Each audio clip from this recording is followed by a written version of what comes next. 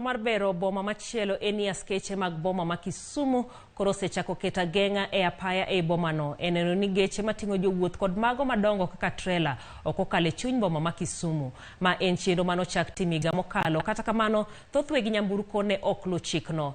Johannes Omondi ma en jatend askache ma boma ma Kisumu wacho ni gitimo mondo ogeng dhugruok mag geche e chuny boma kendo otiek tim mar weg matatu makonyo jowuoth aoyaye e bath ndara. Oyango ni jogo mabiro dhi ataro kod chikno ibiro mak machwale do komedo ni onge nyamburko matingo jowuoth monego kal roundabout ma Kisumu Boys. Mabeyo signboards mangiso ni ka onego bedi matatu luwo kod trailers okonego bedi luwo kama nitiere kuthe ma iluongo ni spikes mwaketo makaponono ni ng'ato wiye tek mokalo kuonde mwakete signs to wamiye kuthego eko koro maro nyalo geng'ogi mondo kik giluw kuondego.